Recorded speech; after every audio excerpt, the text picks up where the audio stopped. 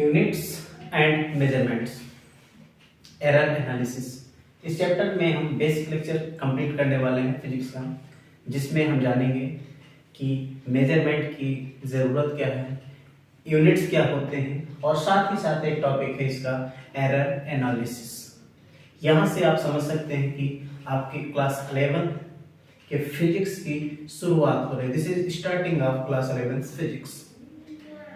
Starting करना है तो स्टार्टिंग करने से पहले हमें कुछ बेसिक ज्ञान होना बहुत जरूरी है, क्योंकि किसी भी सब्जेक्ट को अगर हम शुरुआत कर रहे हैं तो पहले उसके बारे में अगर हमारे पास कुछ नॉलेज है, किसी सामान के बारे में, किसी वस्तु के बारे में अगर हमें पता है, तब तो उसके बारे में हम अध्ययन करना शुरू करेंगे, उसका एनालिसिस करना शुरू करेंगे। तो अभी हम ये मान के चल रहे हैं कि अपने पास कुछ भी नहीं है। एक हम जैसे एक ये फिजिक्स का नया जन्म हुआ है, ऐसा हम मान के चल रहे हैं आपके लिए। अभी तक आपने फिजिक्स कुछ नहीं पढ़ा, ऐसा मान के चला जा रहा है, ठीक है। तो शुरुआत में सबसे पहले जरूरत है मेजरमेंट की। मेजरमेंट क्या होता है, इसकी आवश्यकता क्या होती है? तो लॉर्ड केल्विन ने कहा है, when you can measure what you are speaking about and express it in numbers, then you know something about it.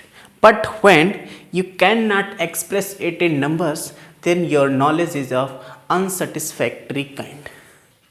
मतलब अगर आप किसी चीज़ के बारे में उसको नाप सकते हो और नाप कर उसे नंबर में एक्सप्रेस कर सकते हो, तब तो आप उसके बारे में कुछ जानते हो, सटीक नॉलेज जानते हो, उसके बारे में हर कोई सेटिस्फाई हो जाएगा। लेकिन अगर आप उसी चीज़ को संख्या में, नंबर्स में अगर एक्सप्रेस नहीं कर सकते, तो उस केस में आपका वो जो नॉलेज होगा वो अनसेटिस्फैक्ट्री काइंड होगा। उससे आप खुद नहीं सेटिस्फाई होंगे तो दूसरों को क्या सेटिस्फाई करेंगे? ये लॉर्ड केल्विन का कथन है। थस हम समझ सकते हैं कि यहाँ फिजिक्स में जो कुछ हम पढ़ेंगे उसके बारे में सबसे पहले हमको उसका मेजरमेंट आना चाहिए, ठीक है। मेजर करना है तो मेजर करने के लिए किसी चीज़ का तो मेजर करेंगे, उनको नाम दिया जाता है क्वांटिटीज़, और फिजिक्स की क्वांटिटीज है इसलिए उनका नाम रखा गया क्या? फिजिकल क्वांटिटीज़, ठीक है। तो फिजिकल क्वांटिटीज़ को जाने उससे पहले हम एक तरह से फिजिक्स का एक नया डेफिनेशन दे सकते हैं कि physics is a science of measurement, ठीक है। फिजिक्स का एक नया डेफिनेशन बन गया कि physics is a science of measurement.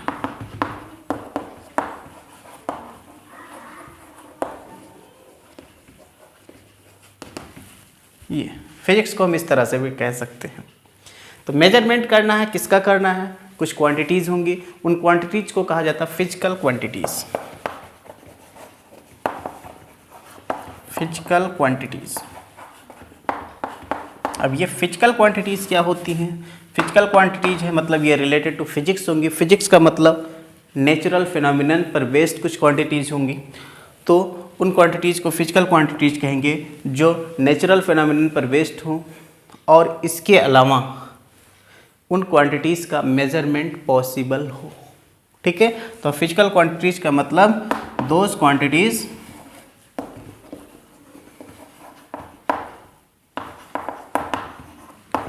which are based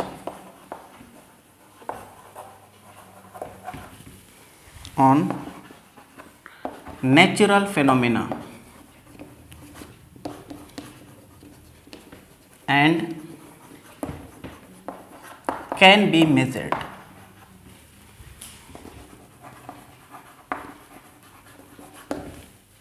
अगर आप नाप सकोगे तो उसको फिजिकल क्वांटिटी कहोगे। अगर आप उसे नाप नहीं सकते हो, उसे नंबर्स में एक्सप्रेस नहीं कर सकते हो, तो उसे आप फिजिकल क्वांटिटी का नाम नहीं दोगे। फॉर एग्जांपल, अगर हम किसी रास्ते की लंबाई को नापना चाहें तो उसको हम नाप सकते हैं, मीटर में एक्सप्रेस कर सकते हैं। बट अगर आपसे कहा जाए कि किसी को बुखार है तो बुखार आप नहीं नाप सकते, केवल टेम्परेचर नाप सकते हो। बुखार इसलिए फिजिकल क्वांटिटी नहीं है, टेम्परेचर क्या है? फिजिकल क्वांटिटी है। इसी तरह से हैप्पीनेस, सैडनेस, प्राउड, ईगो, ये सारी चीज़ें जो हैं ये सिर्फ एक फीलिंग है, ये कोई फिजिकल क्वांटिटी नहीं है। इनको हम फिजिकल क्वांटिटी नहीं कहेंगे क्योंकि इनको हम नाप नहीं सकते, इसको नंबर में एक्सप्रेस नहीं कर सकते। जिन क्वांटिटीज़ को मेजर कर सकते हो, उन्हें नंबर्स में एक्सप्रेस कर सकते हो, उन्हीं को कहा जाएगा फिजिकल क्वांटिटीज़। ओके, अब फिजिकल क्वांटिटीज़ में हम आगे बढ़ें उससे पहले इसको मेज़र करना है, तो मेज़र कैसे करेंगे उसकी ज़रूरत है।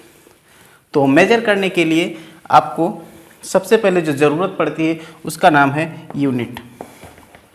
तो बात करें यूनिट्स ऑफ मेजरमेंट क्या होगा।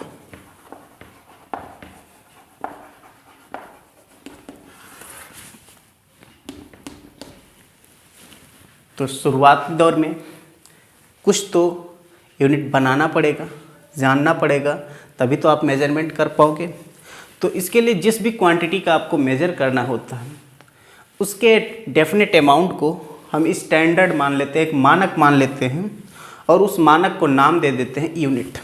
फिर से समझिए, जिस भी क्वांटिटी का मेजरमेंट करना है उसका कोई भी एक फिक्स अमाउंट स्टैंडर्ड मान लिया जाएगा और उसको कोई एक नाम दे दिया जाएगा। उस नाम को ही कहते हैं यूनिट। फॉर एग्जांपल, जैसे अगर आपको किसी का मास मेजरमेंट करना है, किसी वस्तु का मास मेजरमेंट करना है, तो आप क्या करोगे, उसका एक फिक्स अमाउंट, उसको कुछ नाम दे दोगे। जैसे कि नाम दिया गया है किलोग्राम। तो किलोग्राम क्या है, एक फिक्स अमाउंट को ही तो रखा गया कि इतना मात्रा होगा, इतना अमाउंट होगा, उसको हम किलोग्राम नाम दे देंगे और किलोग्राम ही क्या कहलाएगा, यूनिट कहलाएगा। ठीक है। तो जिस भी रस को, जिस भी क्वांटिटी को मेजर करना है उसके एक फिक्स अमाउंट को स्टैंडर्ड मान करके उसको यूनिट का नाम दे देंगे। फिर मेजरमेंट उसी से करेंगे। मेजरमेंट करने का मतलब क्या है, उस यूनिट से दिए गए फिजिकल क्वांटिटी का कंपैरिजन करना। ठीक है, कंपेयर करेंगे। 1 टाइम कंपेयर किया 1 kg हुआ, 2 टाइम कंपेयर किया 2 kg, 3 टाइम कंपेयर किया 3 kg, 4 time 4 kg and so on. ये होता है मेजरमेंट। ठीक है। तो मेजरमेंट करने के लिए हमें पता चला कि 2 चीज़ों का ज्ञान आवश्यक है। एक है यूनिट और दूसरा है उसका एक न्यूमेरिकल वैल्यू होगा। तो 2 क्वांटिटीज़ ये ज्ञान की हमको आवश्यकता पड़ती है। ठीक है। तो यहाँ पर इसके लिए 2 थिंग्स हमें याद रखना पड़ेगा। 2 थिंग्स शुड बी मेंशन्ड।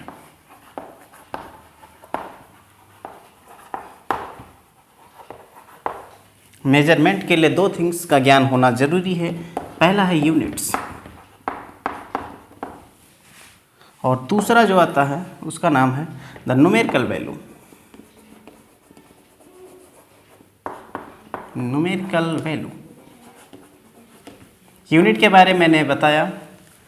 किसी भी फिजिकल क्वांटिटी को जिसको मेजर करना है उसके एक डेफिनेट अमाउंट को स्टैंडर्ड मान लेना है और उसी को यूनिट नाम दे देना है। मतलब यूनिट क्या है, अगर हम यूनिट की बात करें तो यूनिट है, इसको कहेंगे in which the quantity is measured.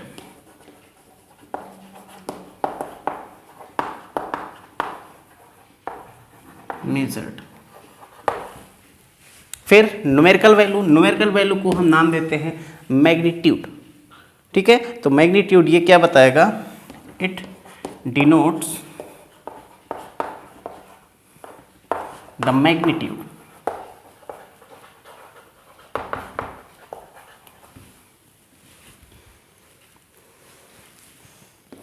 of that quantity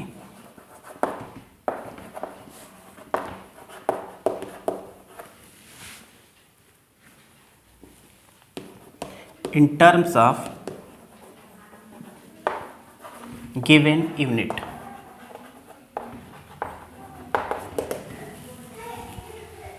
okay. तो 2 थिंग्स हमें ज़रूरत पड़ती है। फॉर एग्जांपल, अगर आपने कोई एक सामान खरीदा है और वो कहा कि उसका मेजरमेंट जो है वो है 20 kg, तो 20 kg में इसमें 2 चीज़ें दिखाई पड़ रही है। एक तो न्यूमेरिकल वैल्यू दिखाई पड़ रही है और एक ये kg दिखाई पड़ रहा है। This 20 is known as magnitude और numerical value, this is magnitude and this kg is known as unit.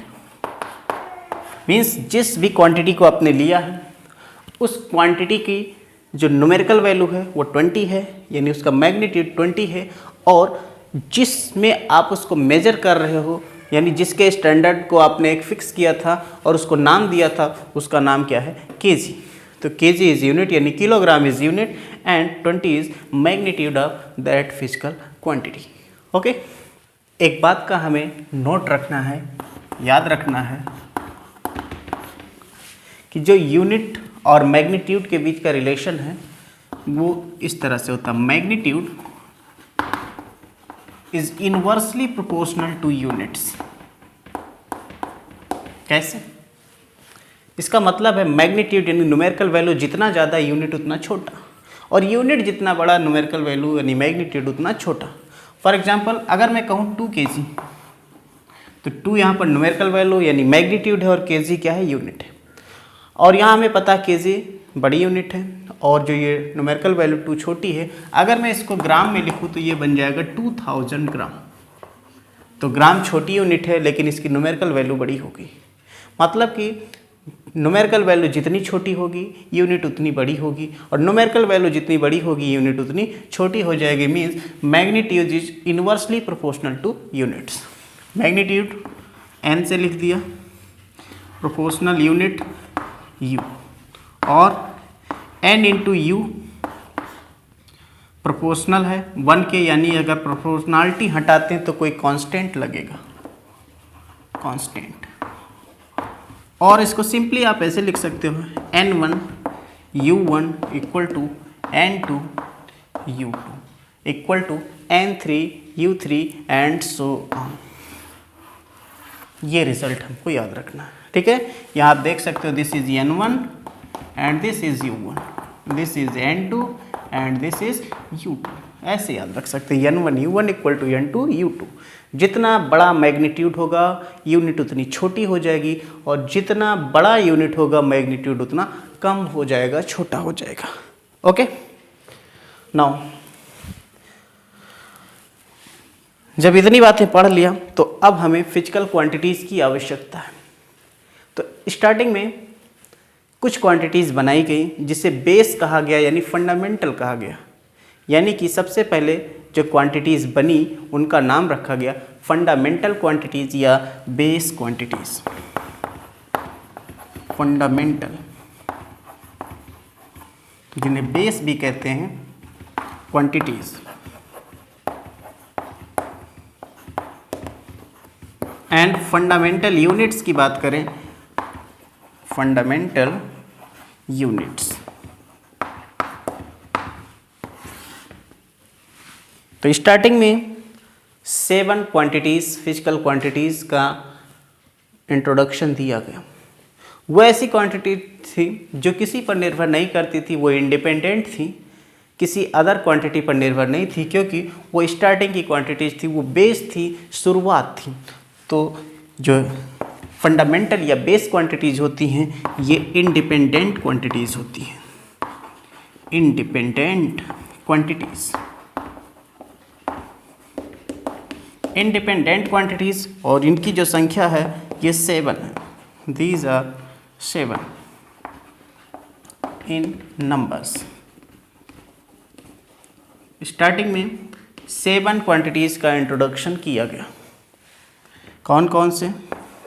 Length, second mass, third temperature, और टाइम पहले कर लें, time, fourth temperature, fifth electric current,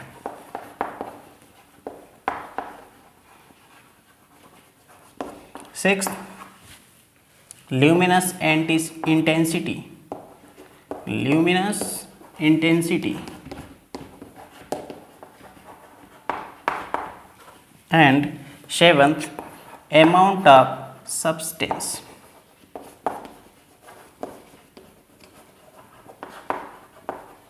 substance, ये 7 क्वांटिटीज स्टार्टिंग में decide की गई। ये नहीं कि एक साथ सबको इंट्रोड्यूस किया गया, धीरे धीरे करके ये क्वांटिटीज़ बढ़ती चली गई। स्टार्टिंग में तो केवल लेंथ, मास और टाइम हुआ करता था, बाद में ये चीज़ें और बढ़ाते गए, और ये 7 बेस क्वांटिटीज़ का इंट्रोडक्शन किया गया, और इन्हीं से शुरुआत हुई अपने मेजरमेंट की, यानी कहने का मतलब अपने फिजिक्स की, क्योंकि फिजिक्स क्या है?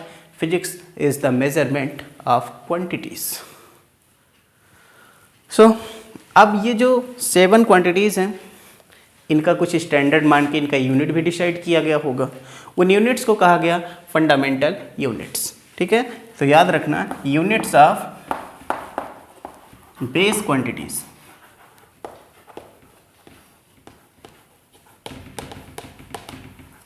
और known as fundamental units.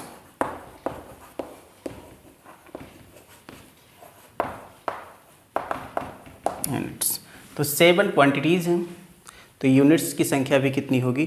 7 होगी। कौन कौन से होंगे उनको भी देखते हैं, थोड़ा इरेज करना पड़ेगा।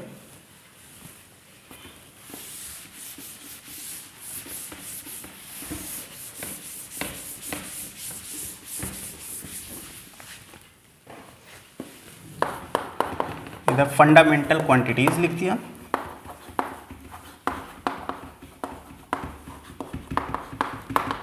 और दूसरे साइड लिख दिया fundamental units.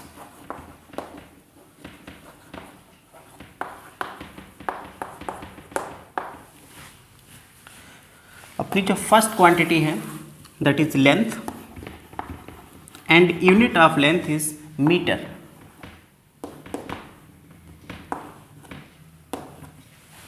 Unit of length is meter. It is denoted as m. Second quantity is mass. Mass is measured in kilogram, in short form kg. Third quantity is time. Time is measured in second.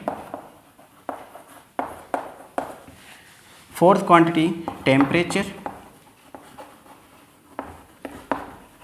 Temperature is measured in Kelvin. Next quantity is electric current. Electric current is measured in ampere.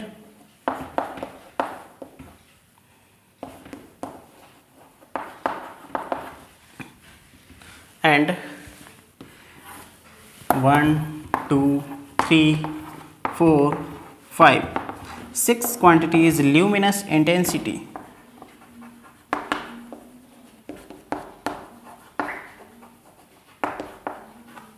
The unit of luminous intensity is candela.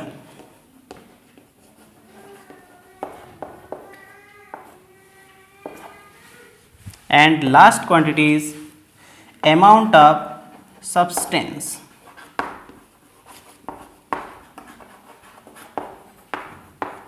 And amount of substance is measured in mole, in short form MOL.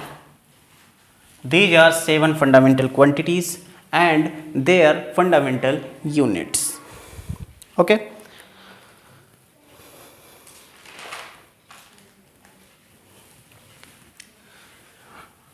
After introducing these fundamental quantities, some other quantities were also developed using these quantities, and that are called derived units and derived quantities.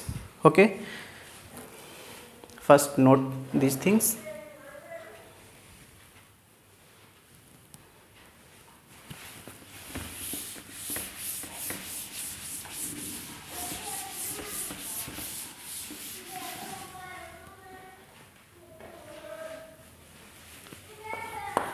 Derived quantities.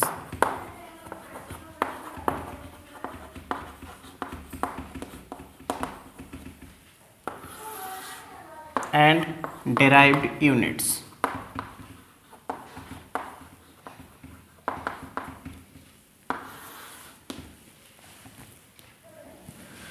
Derived quantities are quantities which depends upon fundamental or base quantities.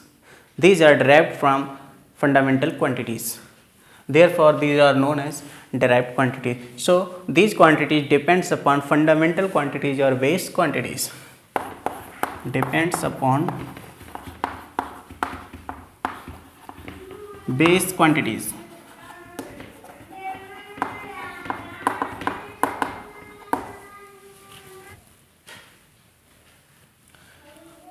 Derived quantities are so many quantities, बहुत सारी quantities हैं.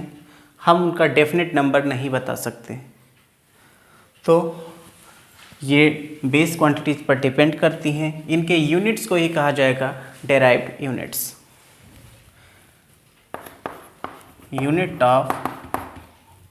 units of derived quantities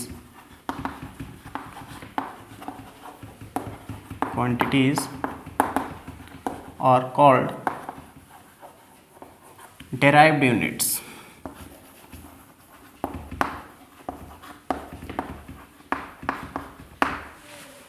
Example,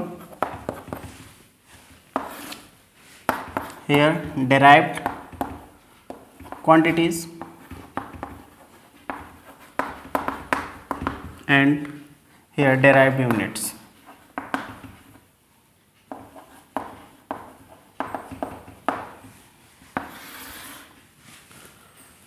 Area is a derived quantity because area equal to length into breadth. Length is measured in meter and breadth is also measured in meter, so its unit will be meter into meter, that is equal to meter square. Meter and meter, these units are fundamental units, therefore this unit is derived from fundamental unit, therefore it is derived unit. Similarly, volume is measured as length into breadth into height.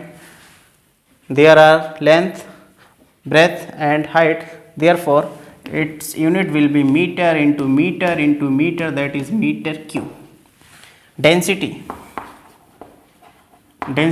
is defined as mass by volume. Unit of mass is kg and unit of volume is meter cube. Its unit will be kg per meter cube. Similarly, speed is defined as distance by time.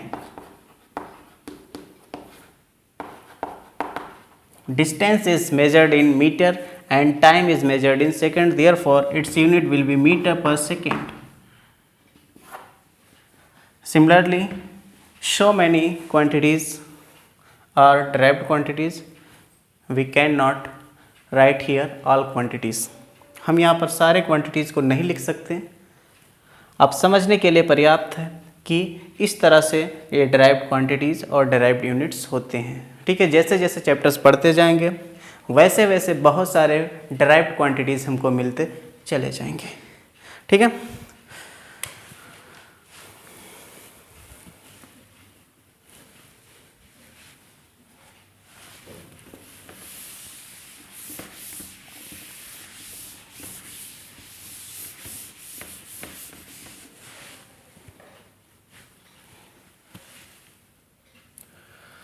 system of units.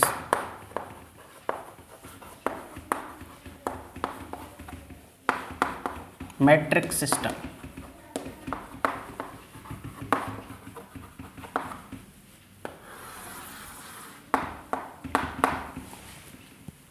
Starting में अलग अलग state में या फिर अलग अलग countries में अलग अलग स्थानों पर मेज़रमेंट करने के लिए सबके अलग अलग यूनिट्स हुआ करते थे। सब ने अपना यूनिट का यानी मेज़रमेंट का नया नया सिस्टम बना रखा था। जैसे कि अपने यहाँ पर बहुत सारे यूनिट्स चलते हैं, जैसे कि अगर कहीं आसपास अगर आप सुने होंगे, मार्केट में जाएं तो सुनेंगे, वहाँ पर कहते हैं पौवा, पीने वाला नहीं, नापने वाला। जैसे सब्जियाँ खरीदते हो तो उसमें कहते हो एक पौवा, पौना, आधा, या फिर और भी आता पसेरी, डेढ़ा। तो ये सारी चीज़ें जो थी वो अलग अलग यूनिट्स हर जगह अलग अलग बनी हुई थी। तो आपको पता होगा कि अपने कंट्री में बहुत सारी कंपनियां विदेशों से आई यहाँ पर व्यापार करने के लिए, और सबके अपने अपने सिस्टम थे यूनिट के मेज़रमेंट के। तो जैसे कि आपने सुना होगा कि ब्रिटिश ईस्ट इंडिया कंपनी आई थी, फ्रेंच की कंपनी आई थी, डच ईस्ट इंडिया कंपनी, ये सारी कंपनियां व्यापार करने के लिए आई। तो अब उनको व्यापार तो यहाँ के लोगों के बीच करना था और उनके यूनिट अलग थे। जैसे ब्रिटिश वालों और फ्रेंच वालों का, डच वालों का, इनका सबका अलग अलग सिस्टम था। तो व्यापार करने में मुश्किल आता था, तो उन दिनों 3 सिस्टम ऑफ यूनिट्स बहुत ज़्यादा फेमस थी। वो कौन कौन सी थी? CGS, दूसरा FPS and third is MKS। ये 3 सिस्टम थे उस समय, बहुत फेमस थे। CGS का मतलब है centimetre, gram, second as unit of length, mass and time respectively. Length, mass और टाइम के यूनिट सेंटीमीटर, ग्राम और सेकंड लिए गए थे। ये सिस्टम जो था ये फ्रेंच का था। FPS इसका मतलब है foot, pound, second as unit of length, mass, time respectively.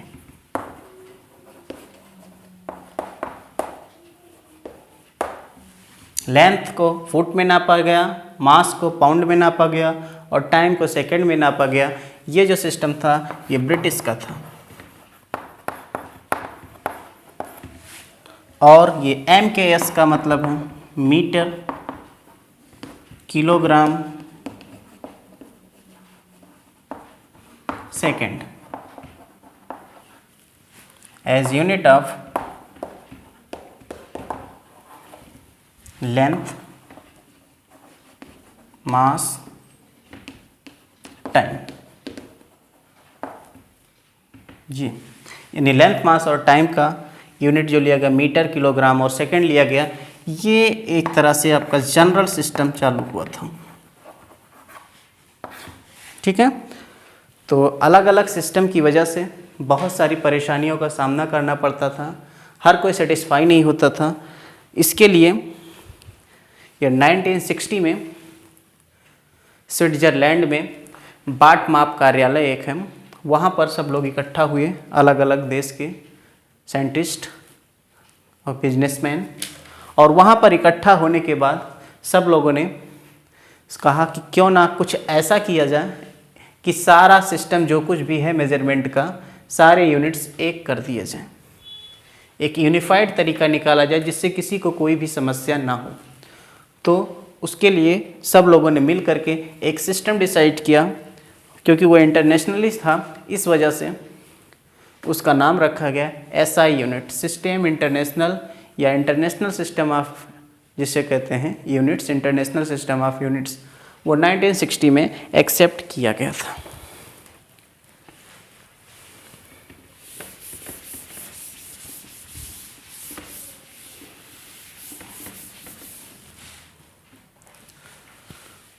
SI units, ये SI यूनिट यानी SI सिस्टम जो शुरू किया गया, सिस्टम लिखते हैं, ये इंटरनेशनली एक्सेप्ट किया गया था, इंटरनेशनली एक्सेप्टेड इन 1960 में। ठीक है, ये SI का जो पूरा नाम था, ये फ्रेंच सिस्टम था एक तरह से। इसका नाम है system international.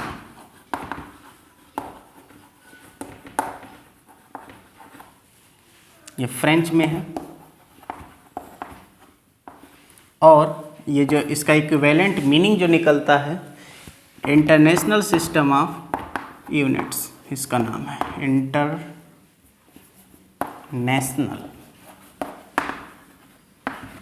System of units, ये इसका पूरा नाम है। ठीक है, तो एक्चुअली ये जो सिस्टम ऑफ यूनिट बनाया गया, एसआई यूनिट। ये जो एसआई यूनिट है ये डिपेंड करता है जो आपने 7 फंडामेंटल क्वांटिटीज़ पढ़ा है उन पर, और इसके अलावा 2 और यूनिट्स हैं जिन्हें हम कहते हैं सप्लीमेंट्री यूनिट्स, उन पर डिपेंड करता है। ठीक है, ये it is based on 7 base quantities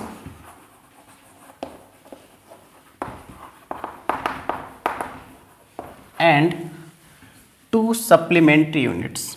यहाँ पर क्वांटिटीज़ की जगह यूनिट्स लिखना ज़्यादा बेटर है। 7 base units and 2 supplementary units.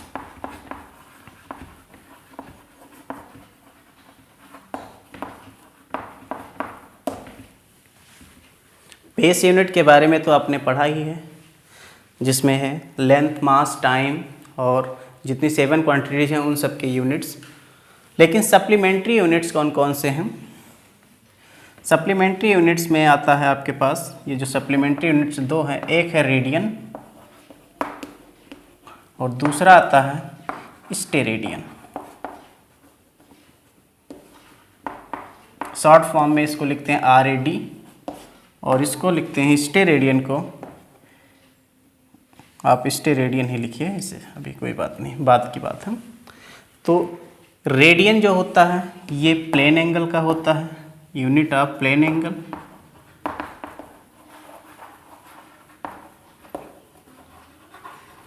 और स्टेरेडियन जो होता है ये यूनिट ऑफ सॉलिड एंगल होता है।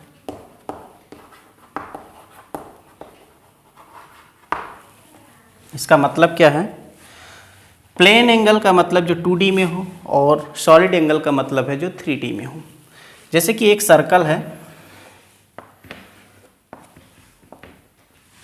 इसका रेडियस R है, तो एक ये छोटा सा हमने आर्क लिया यहाँ से यहाँ तक, इस आर्क की लेंथ ले लिया S और ये एंगल है थीटा। तो यहाँ पर अगर इसका मेजरमेंट करना चाहें इस एंगल का, तो यहाँ पर थीटा इक्वल टू बनेगा S/R radian. This is plane angle. Now अगर हम 3D में बात करें, कि स्फेयर ले लें 3D का, और ये हमने एक एरिया लिया, ये एरिया यहाँ पर एक एंगल बना रहा है डेल्टा ओमेगा और इसका रेडियस R है। तो इस केस में अगर हमें ये सॉलिड एंगल मेज़र करना है तो सॉलिड एंगल जो डेल्टा ओमेगा बनेगा, इसका एरिया अगर आपके पास डेल्टा A हो तो ये बनेगा डेल्टा A/R² स्टेरेडियन।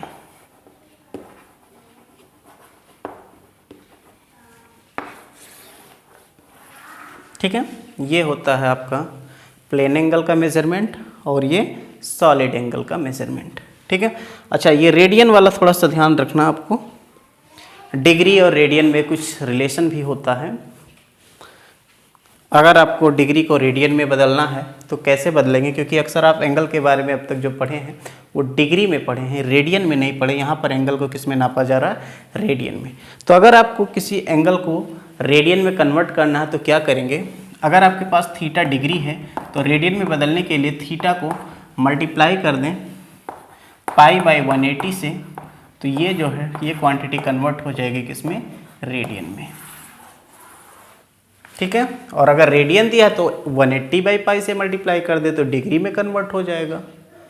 ओके, तो ये डिग्री को रेडियन में कन्वर्ट करने का अपने पास तरीका है। और एक बात इससे रिलेटेड और भी आपको याद रखना है कि अगर 90 डिग्री होता तो 90 डिग्री को कहते हैं राइट एंगल, राइट एंगल। और 1 डिग्री अगर है, इसके 60 बराबर हम पार्ट्स करें तो ये 60 मिनट कहलाता है। This is minute.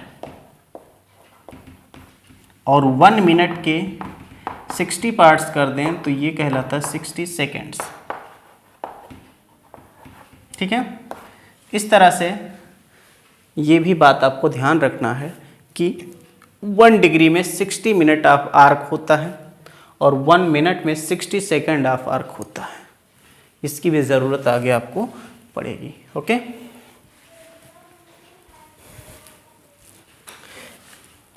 Advantage of SI unit.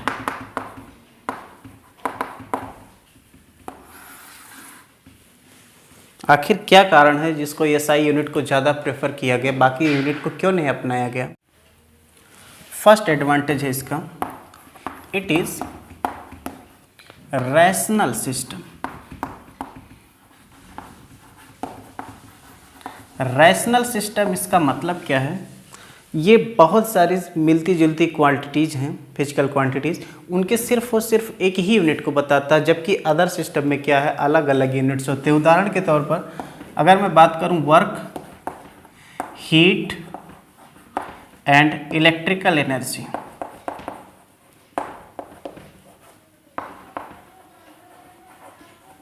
Other system में वर्क की एनर्जी, हीट की एनर्जी, इलेक्ट्रिकल एनर्जी की अलग अलग है। वर्क की यूनिट को रखा गया है जूल, हीट की यूनिट है कैलोरी, इलेक्ट्रिकल एनर्जी की यूनिट है किलोवाट आवर। जबकि इन तीनों क्वांटिटीज़ का एक ही यूनिट रखा गया है रैशनल सिस्टम के अकॉर्डिंग, यानी कि एसआई यूनिट में सिर्फ और सिर्फ है वो जूल।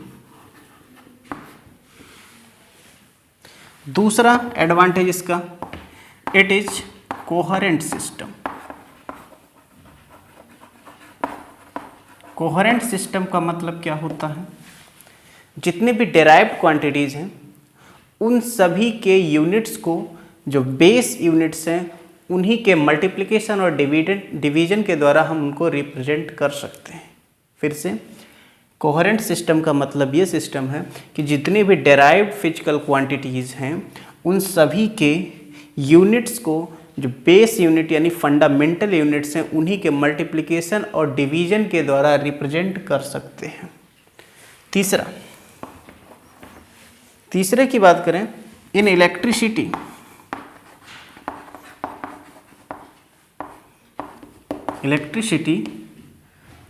जो प्रैक्टिकल यूनिट है और एसआई यूनिट सेम है। The SI unit is same as practical unit.